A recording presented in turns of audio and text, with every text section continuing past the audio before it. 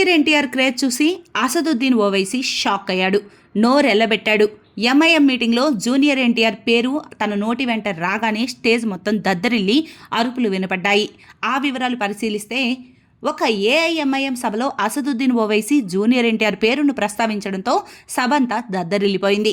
చంద్రబాబు నాయుడు, లోకేష్ రాజకీయాలపై విమర్శలు చేస్తున్న సమయంలో ఎన్టీఆర్ పేరు ప్రస్తావన వచ్చింది. ఎన్టీఆర్ పాపులారిటీకి ఓవైసీ ఆశ్చర్యపోయారు. ఈ ఘటన ఆంధ్రప్రదేశ్ ప్రస్తుత రాజకీయాల్లో చర్చనీయాంశంగా మారింది. యంగ్ టైగర్ ఎన్టీఆర్ తెలుగు వారికి పరిచయమే అక్కర్లేని పేరు. తన టాలెంట్తో బిగ్ స్టార్గా ఎదిగిన నటుడు.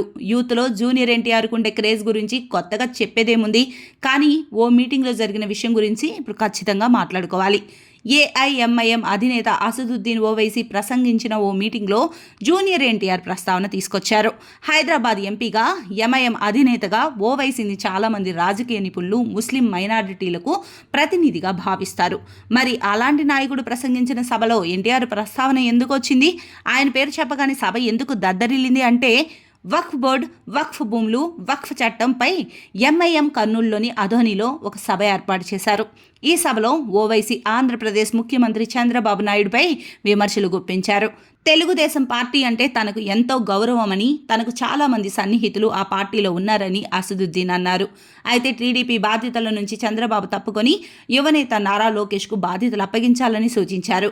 తన కుమారుడు లోకేష్ రాజకీయ జీవితాన్ని చంద్రబాబు నాశనం చేస్తున్నారని, దయచేసి తాను చేసే సూచనను పాటించాలంటూ వ్యాఖ్యలు చేశారు. ఆయన మాట్లాడుతూ, లోకేష్ జీవితాన్ని ఎందుకు నాశనం చేస్తున్నారు? ఎలాగో మీరు జూనియర్ ఎన్టీఆర్ని రానివ్వరు అని అన్నారు. అలా జూనియర్ ఎన్టీఆర్ పేరు ఎత్తడంతోనే అక్కడున్న వారు గట్టిగా అరవడంతో అసదుద్దీన్ షాక్ అయ్యాడు. జూనియర్ ఎన్టీఆర్కు అంత పాపులారిటీ ఉందా? నాకు తెలీదు అంటూ ఆయన స్టేజ్ పైనే వ్యాఖ్యానించారు. టీడీపీ పగ్గాలు ఎన్టీఆర్ చేపట్టే ఛాన్స్ ఉందా? అది జరుగుతుందా అని కూడా ఆయన అక్కడున్న వారిని ప్రశ్నించారు. ప్రస్తుతం అసదుద్దీన్ ఈ వ్యాఖ్యలు వైరల్ అవుతున్నాయి.